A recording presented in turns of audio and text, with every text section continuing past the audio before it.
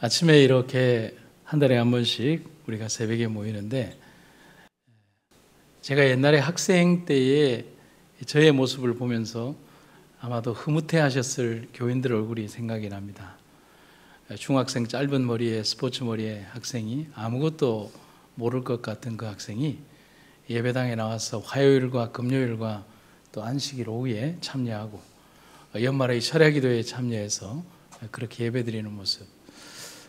결국은 그 아이가 성장을 해서 목사가 되고 또 수십 년이 세월이 지난 다음에 자기의 고향 교회에 가서 설교할 때의 감격을 제가 잊지 못합니다. 제가 이 말씀을 드리는 이유는, 제가 새벽에 보니까 우리 집사로 선임된 지 몇 년 되지 않는 우리 젊은 집사님들이 이렇게 새벽 제단을 채우고 있습니다. 교회는 역사에서 역사로 이어지는 중요한 하나의 연결점이라고 생각이 됩니다. 우리는 기억하지 못하는 믿음의 선조들이 이 교회의 주인이었고, 또 그들의 믿음의 터전 위에 오늘의 우리가 있는 겁니다. 미래에 누가 있을지 모르지만 우리는 그들을 위해서 지금의 성전을 갈고 닦고 또 준비하는 것입니다. 그래서 이들의 모습에 감사드리고, 이들의 모습과 믿음이 더욱더 성장해서 내일의 교회를 이끌어가는 아름다운 주의 동량들이 되시기를 간절히 바랍니다. 적당히 믿으려 하지 말고 아름다운 주의 어떤 빛되는 젊음을 가지고 주님 앞에 일하는 주의 종들이 되기를 간절히 바랍니다. 오늘 본문의 말씀 요한복음 9장 4절에 있는 말씀입니다. 때가 아직 낮음에 나를 보내신 이의 일을 우리가 하여야 하리라. 밤이 오리니 그때는 아무도 일할 수 없느니라. 우리는 지금 역사의 마지막에 서 있습니다. 재림이라는 가장 위대한 우주적 사건 앞에 우리가 서 있습니다. 하지만 과연 우리의 삶도 그럴까라는 의문을 멈추기는 참 어렵습니다. 마지막이 가까웠다라는 말은 그 마지막을 위한 준비를 하라는 말을 필연적으로 내포하고 있습니다. 말하지 않아도 준비하라는 말을 내포하고 있다는 겁니다. 열차가 종착지인 플랫폼에 들어서려고 하면 사람들은 분주히 자신의 가방을 찾고 꺼내놓았던 물건들을 정리하기 시작합니다. 처음 비행기를 탔을 때의 그 감격과 충격을 잊지 못합니다. 제주도를 향해서 가는데 비행기는 다를 줄 알았는데 비행기가 서지도 않았는데 사람들이 다 서 있더라고요. 이 비행기도 그러는구나 하는 것을 그때 알았습니다. 사람들이 그렇게 하는 이유는 목적지를 맞이하기 위한 준비 때문입니다. 곧 내릴 준비를 하는 것입니다.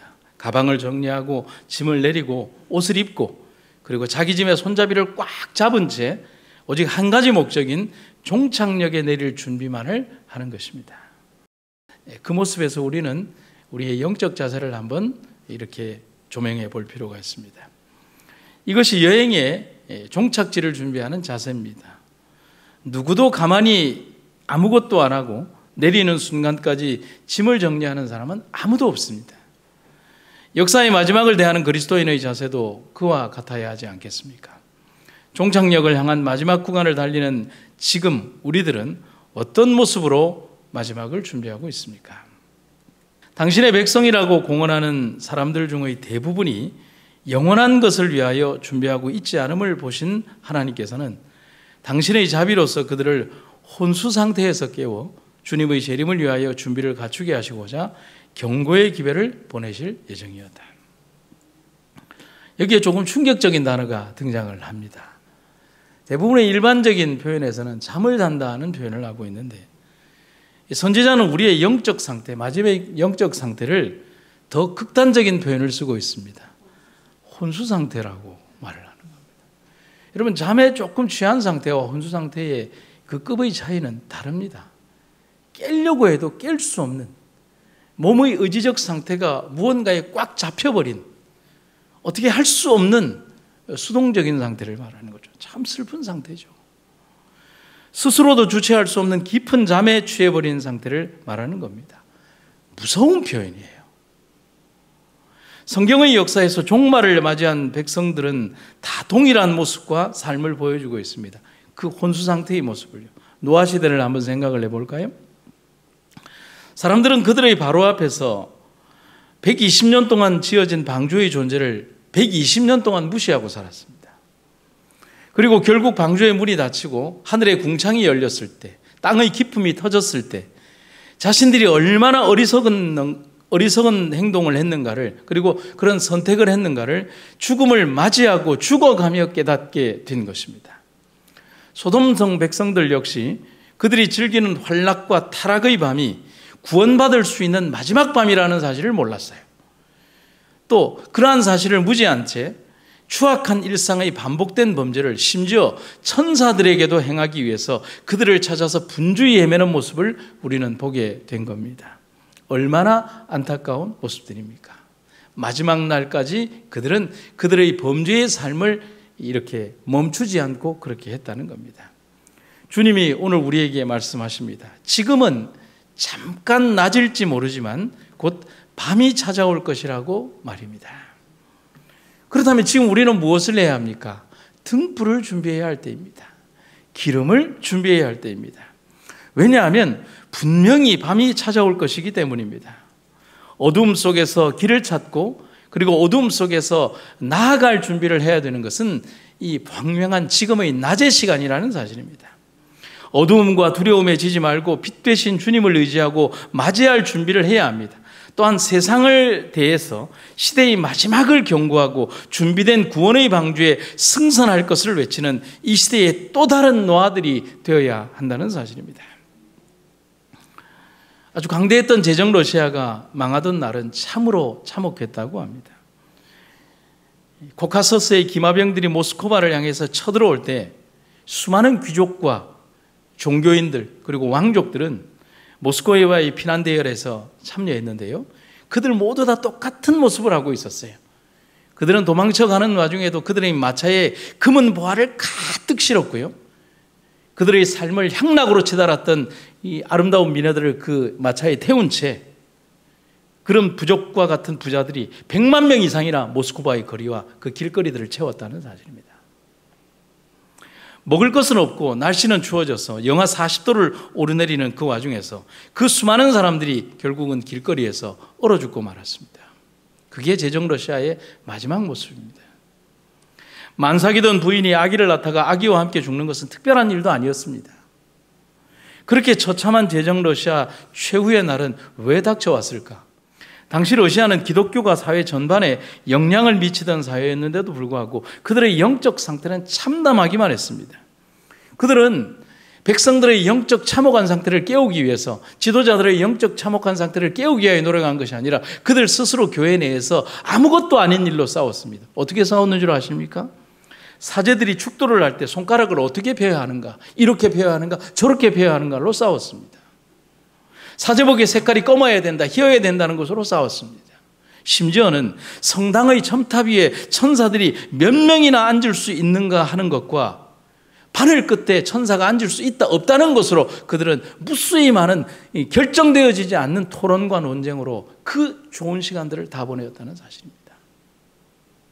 여러분, 우리는 그런 무의미한 논쟁을 하고 있지는 않습니까? 직원회의를 통해서 의미 없는 논쟁을 하고 있는 것은 아닙니까? 우리의 모임을 통해서 의미 없는 대화를 하고 있는 것은 아닙니까? 깊이 생각을 해봐야 됩니다. 결국 그러다 그들은 세상의 어떤 도움도 주지 못한 채 오히려 제국이 멸망해 가는 시기에 가장 먼저 돈과 재물을 챙겨 도망가다가 길에서 비참한 죽음을 맞이했다는 것입니다. 그래서 제정 러시아 최후의 날은 빗나간 기독교가 빚어낸 가장 절망스러운 결과였다라고 역사학자들은 얘기를 하고 있습니다. 오늘 우리 한국 교회는 과연 소돔성의 멸망을 유보했을 수도 있었던 의인 10명의 역할을 담당하고 있는지, 과연 우리는 여호와여 나의 의와 내게 있는 성실함을 따라 나를 판단하소서라고 당당하게 고백할 수가 있겠습니까? 생각해 보아야 하는 겁니다. 처음 말씀드렸던 기차를 한번 생각해 봅니다. 나는 기차 안에서 아무런 역할을 하고 있지 않아도, 기차가 달리게 할 수 있는 그런 역할을 하지 않아도 열차는 달립니다. 그게 문제죠. 그리고 내가 어떻게 시간을 보내건 목적지에는 분명히 도착한다는 겁니다. 그게 두려운 현실입니다. 제가 작년에 미국 출장을 가게 되었을 때 안식일 설교의 영상 편집과 마무리하지 못한 글들과 쌓여있는 이런 모든 일들을 마무리하지 못한 채 비행기를 타게 되었습니다. 잠을 자야 될까? 그래서 기내에서 잠을 자기보다는 여러 가지 일들을 하게 되었습니다. 컴퓨터를 켜놓고 영상 편집을 하고 글을 쓰고 여러 가지 일들을 했습니다. 11시간이라는 긴 시간, 평상시 같으면 잠을 자다 지루하며 몸을 비틀어야 했겠지만 해야 하는 일을 하면서 보낸 시간은 오히려 그 시간 때문에 하지 못했던 일들을 마무리할 수 있었습니다. 제가 잠을 자도 제가 탔던 비행기는 11시간 오면 목적지에 데려다 주겠지만 저는 그 시간을 다르게 보내면서 의미 있는 11시간의 시간을 보낼 수 있었다는 겁니다. 원칙은 동일합니다. 내가 어떤 모습과 어떤 삶으로 살아가든지 내가 소비하고 살아가는 시간과는 상관없이 우리는 다가오는 종착지를 맞이해야 한다는 것입니다. 그러면 우리는 어떻게 이 시간을 보내야 할까요? 우리는 다가오는 이 어두움을 어떻게 맞이해야 할까요? 우리가 지나가야 될 어두움의 그 큰 장막들을 위하여 우리는 어떻게 이 시간을 준비해야 하겠습니까? 우리는 마지막 날에 서기 위하여 정당해야 한다. 우리는 건전한 육체의 명석한 두뇌와 건전한 마음을 필요로 한다. 우리는 진지하게 우리의 자녀들, 우리 가족 모두를 위하여 일하기 시작해야 한다. 우리는 올바른 위치에 서서 일을 시작해야 하지 않겠는가? 예수님께서 곧 오실 터인데 우리가 영혼을 고상하게 하는 이 마지막 때의 진리에 대해 우리 자신들로 하여금 눈멀게 하는 길을 추구한다면 어떻게 진리로 말미암아 성화될 수 있겠는가? 어떻게 우리가 영생을 위하여 준비될 수 있겠는가? 주께서 우리를 도우사 우리로 하여금 전에 없던 사업을 이 땅에서 시작하도록 하시기를 바라신다. 우리는 우리의 힘만으로는 절대로 다가오는 역사의 마지막 밤을 안전하게 맞이할 수도 없고 그 긴 터널을 지나갈 수는 더더욱 없습니다. 더욱 간절함으로 깨어서 주의 날을 준비하는 이들이 되기를 간절히 바랍니다. 그런데 정말 두려운 것은 우리의 사명감과 경각심이 날마다 희박해지고 있다는 것입니다. 바꾸어 얘기를 하면 우리의 생명 신호가 점점 약해진다는 것입니다. 그게 두려운 거예요. 재림 성도로 살고 있지만 문자적인 교인이 되어가고 있다는 느낌을 벗어버릴 수가 없습니다. 그저 수백 개 교파의 하나일 뿐 우리의 정체성과 믿음을 가진 백성이 되지 못한다는 것입니다. 우리 성도들이 가정과 직장에서 그리고 세우신 교회와 이 기관이 그 사명을 잊어버린 채 세상을 향해 그들과 오히려 같아지려고 한다는 것입니다. 우리의 색깔과 그들의 색깔이 다르다는 것을 자랑으로 삼는 것이 아니라 그들과 우리의 색깔을 오히려 동일시하려고 우리는 더 많은 노력을 하고 있다는 사실입니다. 정말 두려운 일이 벌어지고 있는 겁니다. 세상이 물로 멸망하기 전 하나님 경고의 말씀에서 세상이 죄악으로 물들어가는 근원적 동기를 창세기 6장에서 이렇게 말을 합니다. 창세기 6장 2절에 하나님의 아들들이 사람의 딸들의 아름다움을 보고 취했다. 분리되어 살았던 그들의 경계가 무너지고 세상의 정신이 하나님의 백성들을 오염시키기 시작하는 겁니다. 결국은 주님께서는 사람의 죄악이 세상에 가득 차고 마음에 생각하는 모든 계획이 언제나 악한 것뿐임을 보셨다. 여러분, 경계가 무너지면 어떻게 되죠? 우리를 보호하는 것이 사라지게 되는 겁니다. 결국 인류의 운명은 120년의 유예 선포와 노아 방주의 건설이 시작되는 것으로 창세기 6장은 시작하고 있는 겁니다. 여러분, 경계가 무너지면 그 조직이나 국가는 더 이상의 존재의 가치가 사라집니다. 로마가 500년의 찬란한 역사를 마무리하면서 1세기경부터 로마가 멸망하기 전 거의 1세기경부터 100년 전부터 국경선이 무너지기 시작했습니다. 로마의 국경선 그 수천 킬로에 따라서 게르만 민족의 그 야만 민족들이 로마 안으로 들어오지 못하고 그들은 로마의 국경 근처에서 겨우 로마가 던져주는 작은 어떤 재정의 어떤 도움을 받으며 살아가는 야만 민족이었습니다. 로마가 쇠퇴하고 도덕적으로 타락하고 국경이 무너집니다. 여러분, 나라가 망하는 가장 첫 번째의 징조는 국경이 무너지는 겁니다. 그렇게 되었을 때 역사의 기록에 보면 유럽을 흐르는 라인강을 타고 게르만 민족이 내려오는데 라인강의 강물이 보이지 않을 정도로 수없이 많은 게르만 민족이 그 강물을 타고 유럽으로 밀고 들어왔다고 되어 있습니다. 경계가 무너지면 그 조직이나 국가는 더 이상의 존재의 가치가 사라지고 망하게 됩니다. 우리의 이 경계의 모습이 사라진다면 우리는 뭐하러 이런 작고 볼품없는 교회의 구성원으로 살아갈 필요가 있겠습니까? 왜 불편함으로 이 교회를 다녀야 하겠습니까? 우리가 여기에 남은 이유, 또한 우리가 이곳으로 부름을 받은 이유는 세상의 그 어떤 교회도 가지지 못한 기별 때문 아닙니까? 여러분, 그런 자부심 없습니까? 그렇다면 우리는 그 기별을 소홀히 하는 백성이 되어서는 안 됩니다.